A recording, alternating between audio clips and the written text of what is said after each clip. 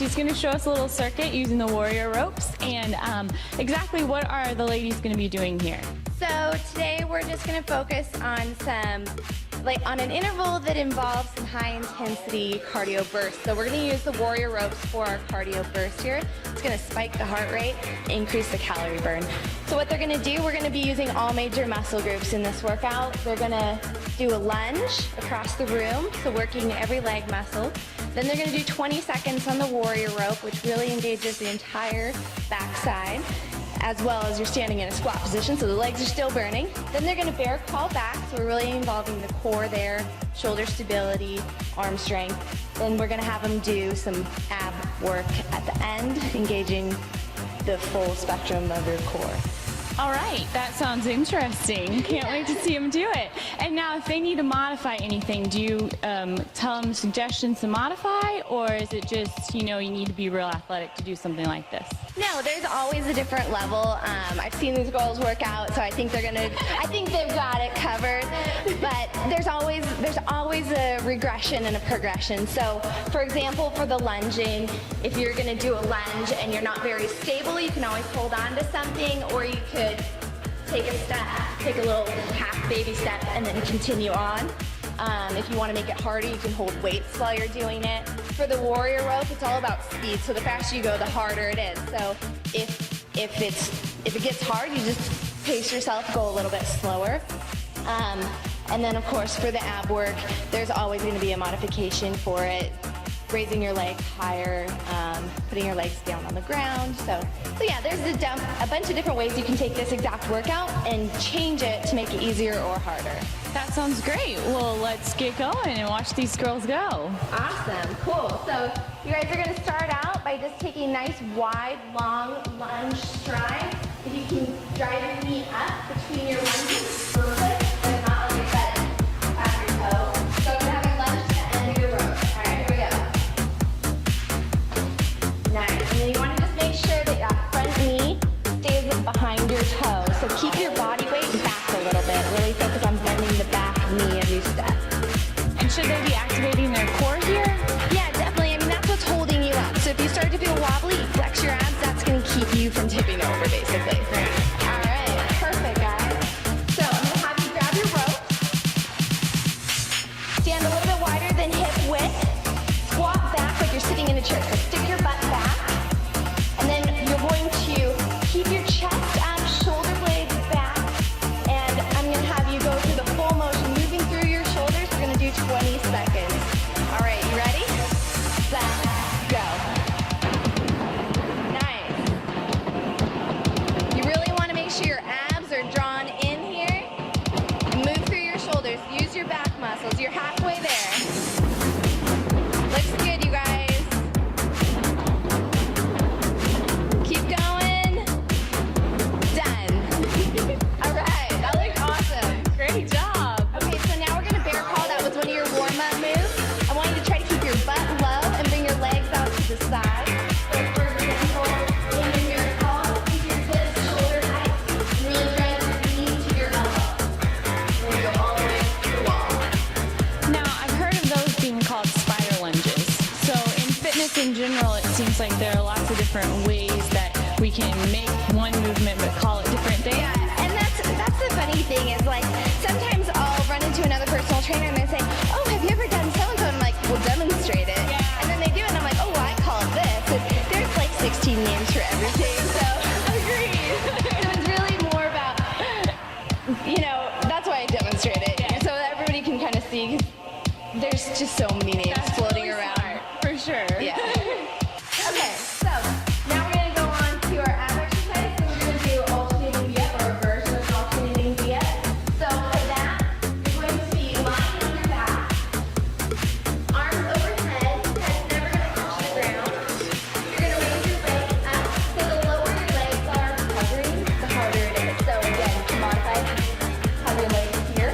So in this position, you're going to drive one leg up and reach for it, so your shoulder blades raise up. Come back to start, and then drive the other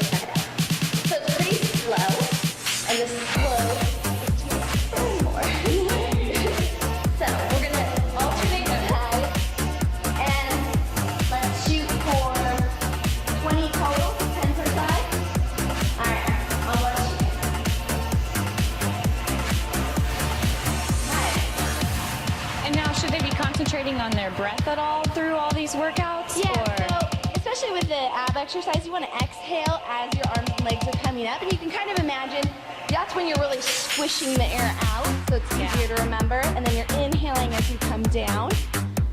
But typically you want to exhale in the hardest part of the movement.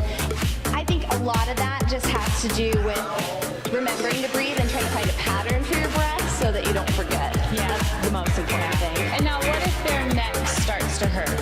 So if their neck starts to hurt, then you can modify it by just resting your head on the ground. You won't get as much activation through the upper part of your abs. Okay. But you're still going to get a good core Better than surge. injury, right? Yeah. Exactly. Awesome. You got all 20? All right. So now we're going to go round 2. So the idea is that you're never resting, but different muscle groups are resting. So your legs got a little break right there, right? So we're going to go. So we're going to do the same thing. We're going to lunge back down to the end of the rope, and then get on those warrior ropes. Awesome. And now in a regular workout, would you be doing this how many times through? Probably based on a total time frame, so maybe for about 10, 15 minutes, which might equate to 4 or 5 rounds. Yeah. It depends on the level of fitness for the client. Okay. But the goal is indeed to just get the heart rate up and get the muscles burning, and so you want that repetition. Yeah, and do you think this is more beneficial than just, say, being on an elliptical for 20 minutes? Definitely, definitely. All right, you guys, are you ready? Okay, ready, set, go. Squat down, stick your butt back, abs flat. Halfway there. Keep your back really straight. And time, that's 20 seconds. Nicely done. Feel that heart rate coming up?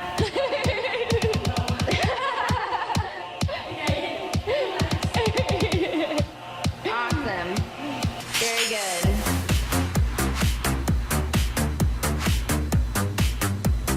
Good, keep your hips low. And then get in position for our alternating dips. Last move. All right. Yeah. About 2 seconds to just relax. All right, arms up, head up, feet up. Abs totally engaged. One leg comes up at a time. Here we go. And keep it kind of slow, because again, your abs are working through that entire progression going up and down. That's good. The other thing that's really important when you're doing any core work, especially lying on your back, is you want to make sure that your low back doesn't arch. So if you find that your low back is raising up off the floor or it's starting to get tight or pinching, then that means you're bringing your legs too low. It's a little bit too advanced, so you just keep your legs a little bit higher. You're starting to feel them now? There you go. And then it'll just give you a little bit more focused ab work as opposed to using your low back and it kind of kicking in and trying to help. Right? Exactly. A lot of times it's easy to get in that momentum. Yeah. Well, that's awesome. Nice job, guys. How do you feel?